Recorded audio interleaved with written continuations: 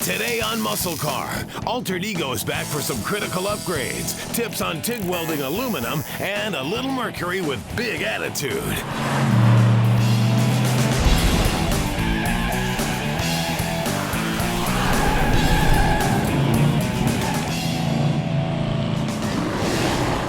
Hey, welcome to MuscleCar. Alter Ego's coming along slowly but surely. And today we're going to try our hand at some aluminum sculpting and fab up some custom race seats. But that's not the only aluminum that's getting loaded up in the Comet today. We got a fuel cell to get mounted up in this thing, and since I don't want to end up in a fiery ball of death, I want the safest fuel system possible. So we'll show you how Aeromotive is going to give me one less thing to worry about when I stab the throttle.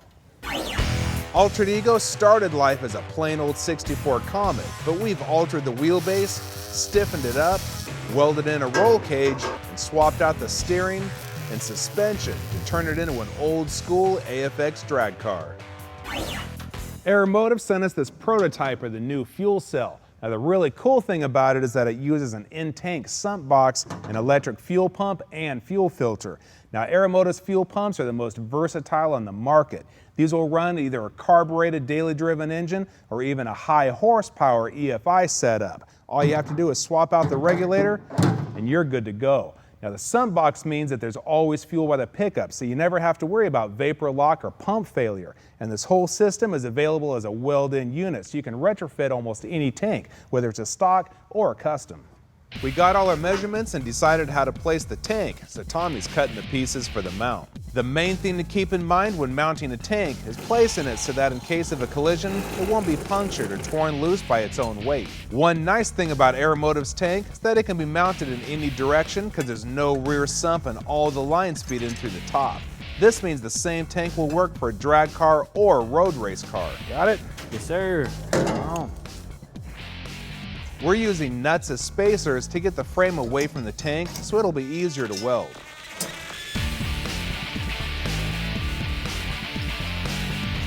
Square this dude up. About 29 1/8. 39 1/8. Dead nuts. Once everything is true and square, we can tack it together and mount it in the car.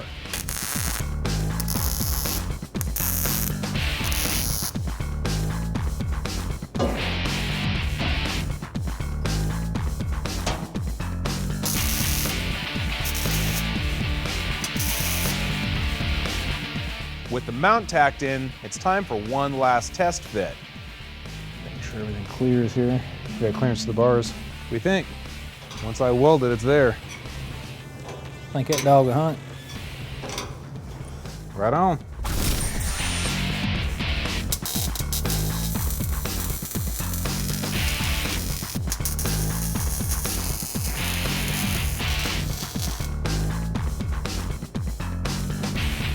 Get out the way. Gotta do the time. Now for another ounce of prevention, don't forget the safety straps.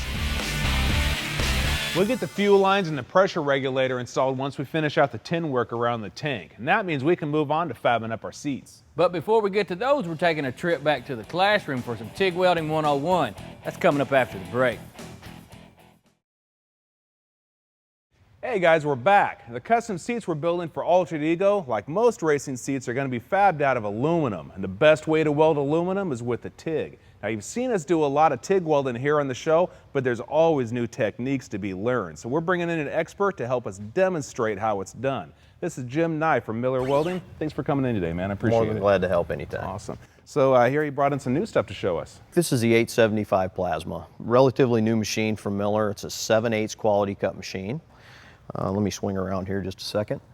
Self-diagnosing machine. If you didn't have the right pressure, if you change the consumables, any of those types of things, this machine's going to tell you what's wrong, if the consumables were bad, etc. So basically if you have like a clogged tip or something else going on, this is going to tell you? Absolutely. Okay, Rick, I just thought I'd walk you through the 875 plasma real quick. Nothing real difficult about this at all. Very safe torch. It has a drag cup on it. This is a safety, so the trigger can't be pulled. It can't ignite until I'm ready. Pull this up, then she's ready to go. Different materials take a different heat setting. That's set at 40 amps right now. And you can also gouge with this machine. For cleaning out welds or whatever. Yes, cleaning out a weld, absolutely. Very cool. Go ahead and cut real quick.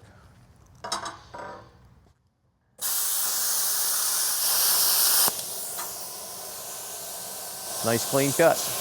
Well, hey, why don't you tell us about this little dude? I'd be glad to. This is the 375 Extreme Plasma. It's a garage guy's dream. This machine will cut 3/8 anytime you want to on 110 or 230 power. I actually get better capacities out of the 230 power. Really half-inch sever capacity then. Wow. No jumper links to change, very low amp draw, great for the garage guy. Once again, 90 PSI coming to the machine. Just your amperage, very similar here. If you're running 110 power, you can only run 20 amps max, which would be with this end. If you're running 230 power, you can get full power out of this machine, which is 27 amps. Gotcha. That's amazing out of a machine this small. Let's cut something.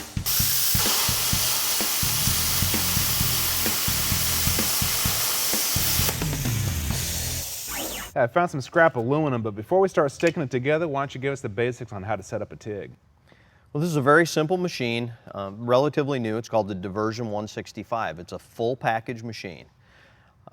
Foot control, hand remote built into the torch. Very simple setup. Color coded for the polarity you're going to run, also the material you're going to run. So gray would be aluminum. We'll run on this 1/8" material, which is 0.125. We should be ready to go.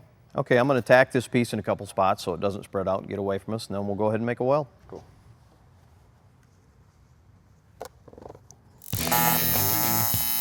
There's the puddle. Now I start adding material.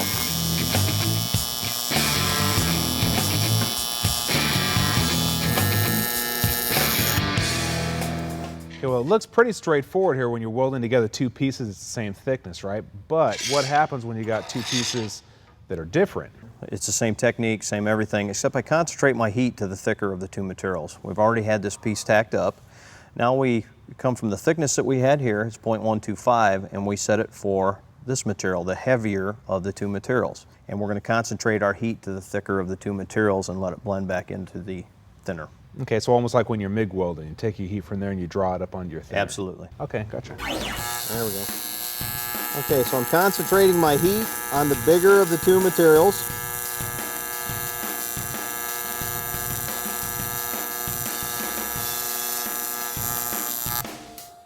Well, it did a beautiful job on that, but my understanding is this machine is designed to go up to 3/16, correct? Correct. Okay, so what happens if we basically max this thing out with 3/16 aluminum? Should you preheat it or?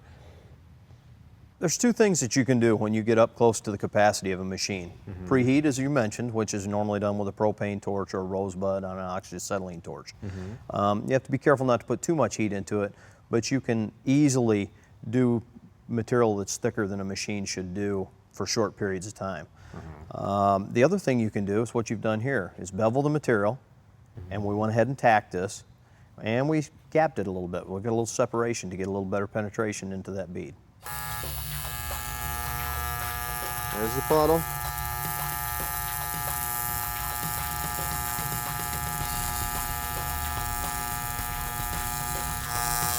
That looks fantastic, man. It's nice to see what a pro can do. Thanks for having us. Appreciate the time. Awesome. I appreciate you coming in and showing us some new tips and tricks and techniques. Anytime. Well, hey, we got some seats to build. So coming up later in the show, you're going to see us put all these newfound skills to the test. After the break, meet Altered Ego's Comet cousin, the Cyclone.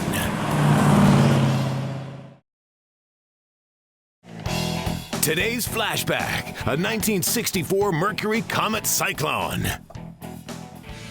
The Comet was a surefire hit when it debuted in 1960, riding a wave of compact car fever. It was based off the hot Falcon, but with a slightly longer frame, and was supposed to be part of the Edsel line. When that got scrapped in '59, the Comet debuted as its own brand. It didn't become a Mercury until '62. By then, sales were flagging, so Big M, known for its racing prowess, threw some big power into its little car. In 1964, the Comet Cyclone was unleashed. It was a two-door hardtop with bucket seats, a dash-mounted tack, and a storm brewing under the hood. The Super 289 V8 cranked out 210 horsepower, the most in any compact car at the time. It featured hydraulic lifters, a 4-barrel carb, and a chrome dress-up kit to make it shine. Outside, the Cyclone was all business, shedding most of the chrome seen on other Comets that year. The only flash was the wheel covers, made to look like the chrome rims seen on luxury model Mercs. A newly designed grille gave it just a touch of class. Small badges behind the front tires were the only warning this wasn't your run-of-the-mill econo car. It was also roomier than most compacts, thanks to the longer than average 114-inch wheelbase. Cyclone's got a hot rod styled upholstery, black vinyl trim, a console, and a 3-spoke sport steering wheel. The entire Comet line was revamped with a look that emphasized speed, finally living up to its name. From the sawed-off front end, to the sweeping side coves, to the space-age taillights, this car looked ready to launch. And to help launch it, the folks at Mercury, well, they did something pretty wild. In the fall of '63, they rented out the track at Daytona and put 5 Comets through a 100,000-mile endurance run. For almost 6 weeks, racers drove round the clock in 6-hour shifts, braving everything from hurricanes to stray birds. At the end of it all, over 100 world records were set, including an overall speed of 108 miles an hour. Mercury played it up in their ads, and total Comet sales soared by 40% to 190,000. The Cyclone didn't hit showrooms until mid-year, and close to 7,500 were sold. A few of those got solid lifter engines making 271 horses, known as Cobra-tuned 289s. They weren't listed as a factory option, because Ford didn't want the spotlight taken away from its forthcoming Mustang. Later that year, Mercury announced the Boss Dragster, a 427-powered Comet that was only available to racers. Dyno Don Nicholson made 10 second quarter miles in his AFX Comet, racking up numerous wins. The '64 Cyclone was just the beginning of a storm that would only gather in speed and intensity as the '60s went on. Today, it stands as a proud reminder of a heritage 100,000 miles long.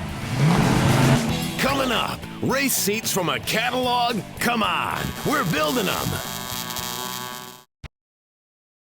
Hey, welcome back. When it came time to choose seats for Altered Ego, we could have just ordered up a set and been done with it. But hey, where's the fun in that? Besides, this is no mail order hot rod, so we're going to build our own. Aluminum is the standard material used for race seats, so we went ahead and got a sheet of 14 gauge ready to go. So I went online, pulled up some images to help us come up with a plan. Like those, we don't really have a way to do rivets though. It's kind of bulky there though.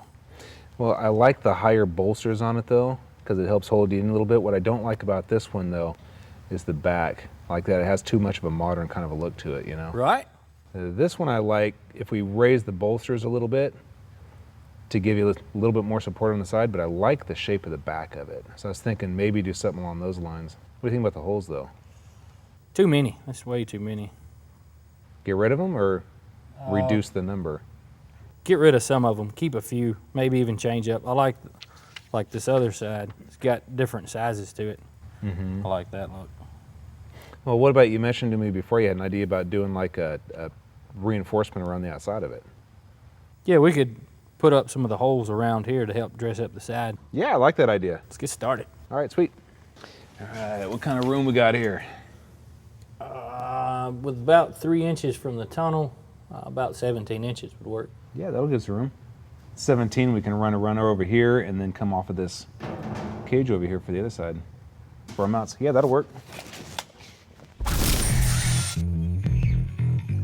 It's all in the eyeballs. You know, what's cool about working with your own design? There's no right or wrong way, but aluminum's not cheap, so design it in cardboard first, cut it out, and be sure you're happy with the design.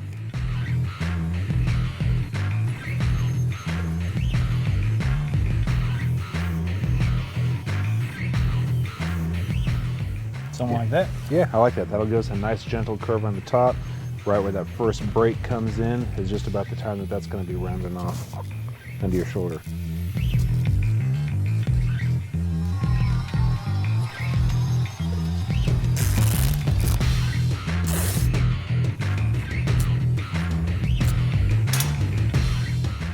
Now granted, this may be more time consuming than picking up the phone and ordering a set, but when they're done, you can take all the credit. There you go, man. Put some duct tape on it, a little bit of fire retardant, mount it in the car, we're good to go. I guess I'll watch you go down the track first time. What do you think about relief cutting it across here so we can actually move that forward so it'll like support your shoulders a little better? Think that'd work? Yeah, a couple pie cuts and just roll that whole top forward.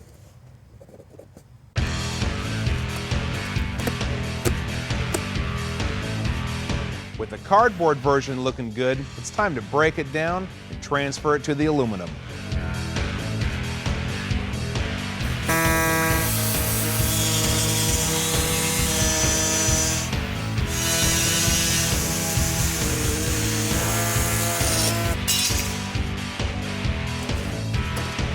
Tommy's making the bends to match the shape of the seat bottom. Now once the angles are right, it's ready to get tacked together. Hey man, what you doing? I designed some headrests. Now I really like the look of a low back on the street, but I like the safety aspects of a high back on the track. So I figure we'll just build some and make them removable. Cool, man. Do you think you could burn this thing together so I could cut out the other side? Yeah, we can do that. Sweet. TIG welding, what's a lot more involved than MIG, but for aluminum, well, it's your best bet. And that's why leaving a little overlap there isn't necessarily a bad thing. I didn't use any rod all the way down that.